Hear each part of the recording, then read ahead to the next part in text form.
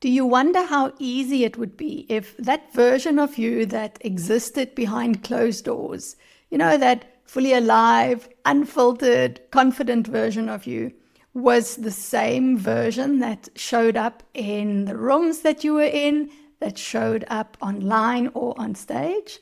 If so, then today's episode is for you. I'm sharing 7 strategies how to finally feel safe being seen in the full expression of who you are. My name is Tertia. This is Feminine Embodiment for Spiritual Business Owners, and it is a show where I teach women entrepreneurs how to be more confidently visible, how to claim your feminine power for success, and how to work in more embodied ways as you grow your business. So there's a difference between being visible and being seen.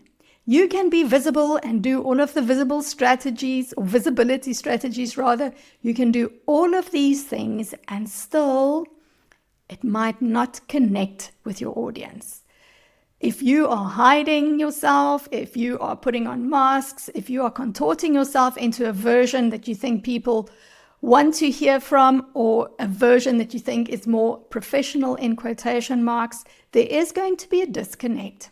And so the deal with today's episode is not to teach you another strategy on how to be visible, but to teach you how to be truly confident in your visibility, to be truly confident in letting yourself be seen.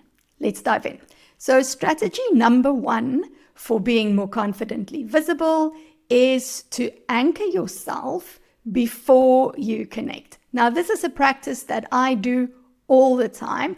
Even before recording an episode like I'm doing today, I always make sure that I anchor myself, that I root myself so that I can be more present in my own body. Do you know that thing that happens sometimes where you are maybe in a group and you need to introduce yourself, and then after you've spoken, you sit down and you don't even remember what you said?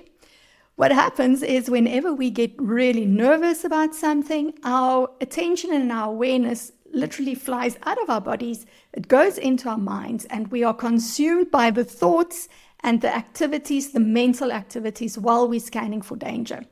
And when you do that, that's literally when it's like your mouth has a life of its own, and it says things and you say things, and afterwards you don't even remember what it is that you said. And so learning how to always anchor into yourself, how to root into safety, is a very helpful and effective strategy to start building that confidence so that you can be fully present in what it is that you want to share with your audience. Strategy number 2 for being more confidently visible is to reframe what it is that you are feeling. So often our default, whenever we are experiencing loud sensations and feelings in the body, our default is to interpret it as something's wrong, I'm in danger, there's a problem here. But what if the feelings of excitement mirrored the feelings of nervousness? Think about it. When you are excited, there's a fluttering in your stomach. You might feel a little bit out of breath. You might have this antsy sense of wanting to wriggle out of your own skin when you're excited. And the same thing can happen when you are feeling afraid.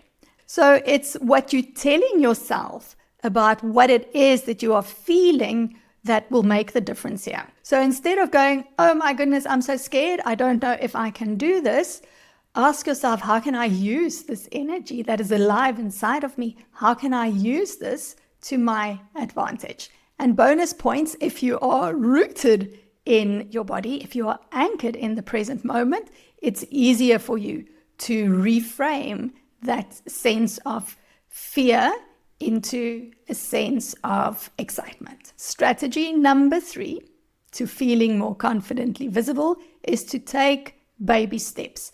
The last thing that you want to do as you start increasing and amping up your visibility is to go from 0 to 100.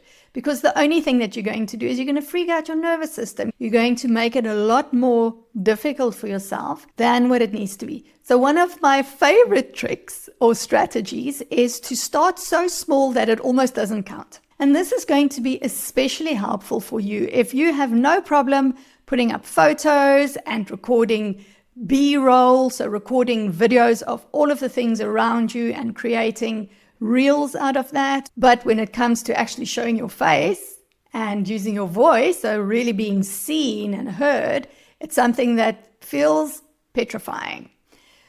What we want to do is we want to start so small that it almost doesn't matter. For example, you can record a short story where you do a 30 or a 60-second clip of you sharing something with your audience. And stories are only alive for 24 hours. So it's not going to live on the internet forever. You can put it up today and then tomorrow it's gone. It's lower stakes and it is great practice because, like anything, if you want to be more confident in any skill that you are building and showing up confidently and letting yourself being seen and heard is a skill, you need to practice that skill. So finding a safe place to do this in is great. You might even, if you don't want to put it out on socials, you might even just record yourself saying something, sharing something, and then sending it to a friend. So you're still getting that practice in, but the stakes are even lower.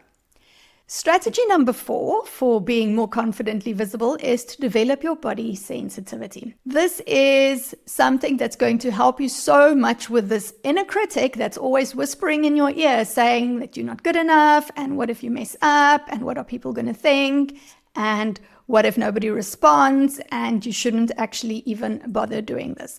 Your inner critic lives in your head, and sometimes the voice of our inner critic is so loud that it actually overpowers everything else that we might be thinking. And so you can really not trust your thoughts all the time, 100% of the time. What you can trust is you can trust what's happening in your body once you know the language of your body.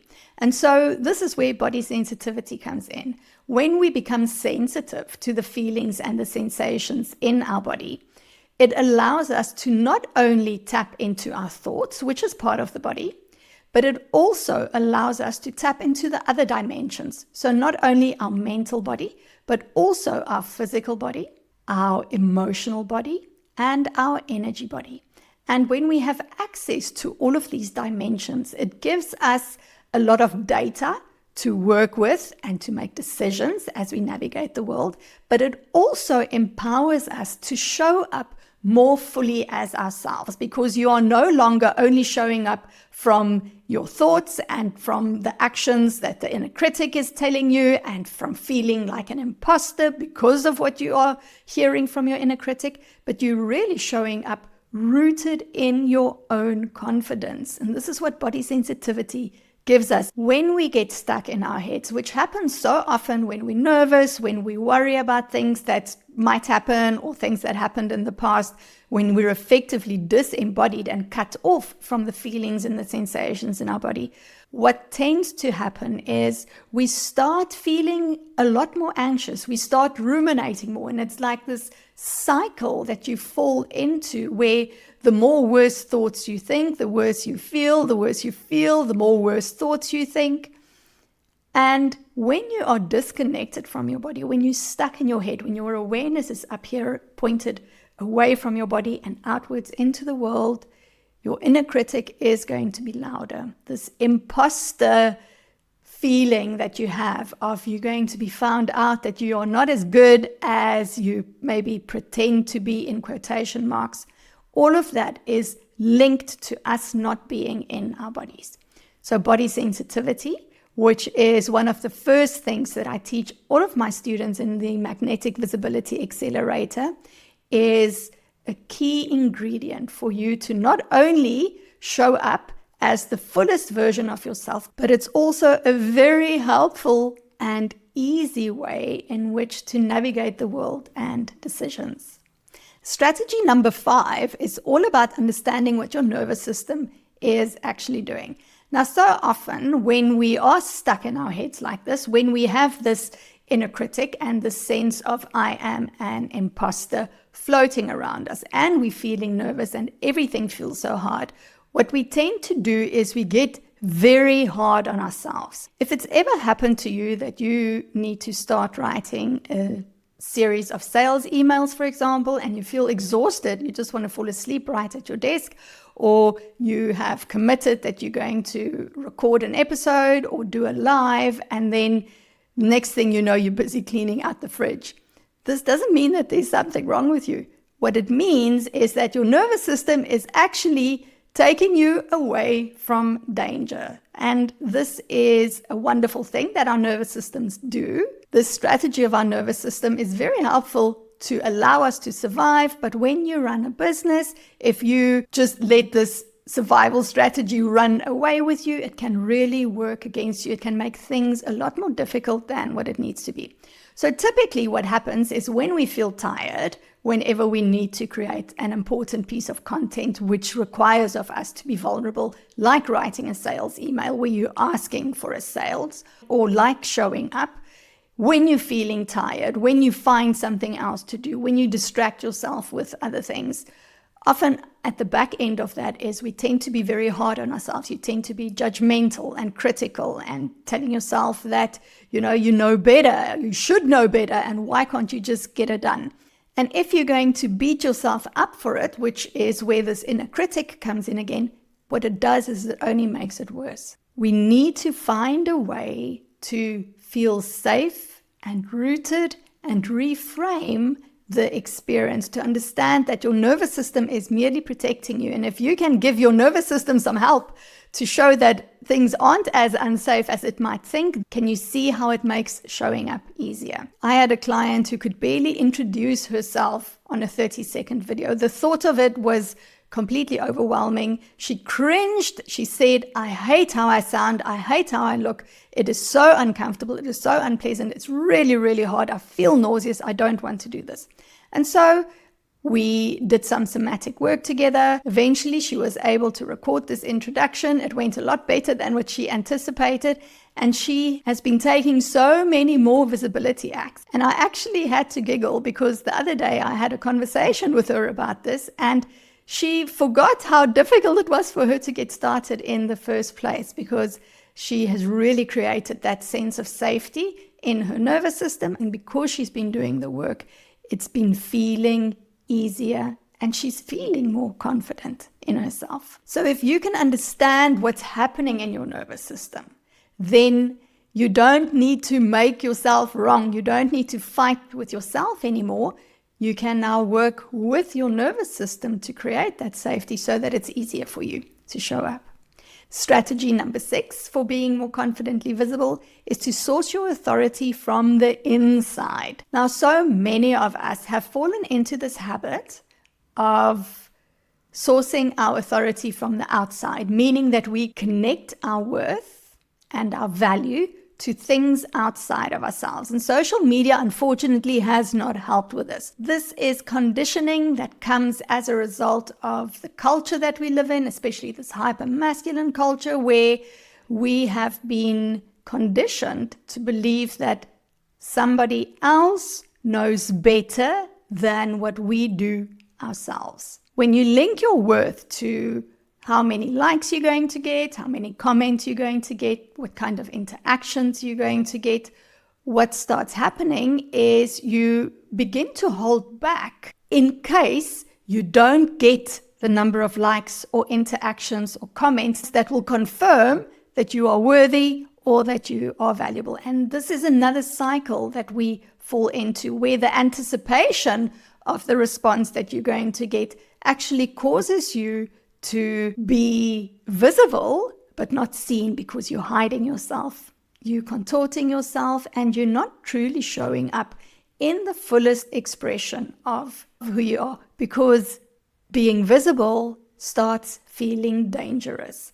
Now, what we want to do, the strategy is all about separating the act of showing up, posting, recording, sharing, separate that from the data of what happens when you do so. The data that you get back, this is something separate. It has to do with timing. It has to do with the clarity of your message. It has to do with resonance. It even has to do with the algorithm. It has nothing to do with you taking that confident step of posting. So I want you to learn how to separate this. And I deeply appreciate that this is something that is not easy. Also, stop comparing yourself to someone who's 5 years or even 3 years, even a year ahead of you. If you're going to compare apples against apples. This is how you get your inner peace back. This is how you get your sovereign agency back, by really doing the work to focus on sourcing your worth and your authority from the inside. And now our very final strategy number 7 to be more confidently visible, is a beautiful hack that I love, and that is to collect an evidence file. So it can be a literal file of things that you've printed out. It can be a folder on your desktop. It can be a Google document.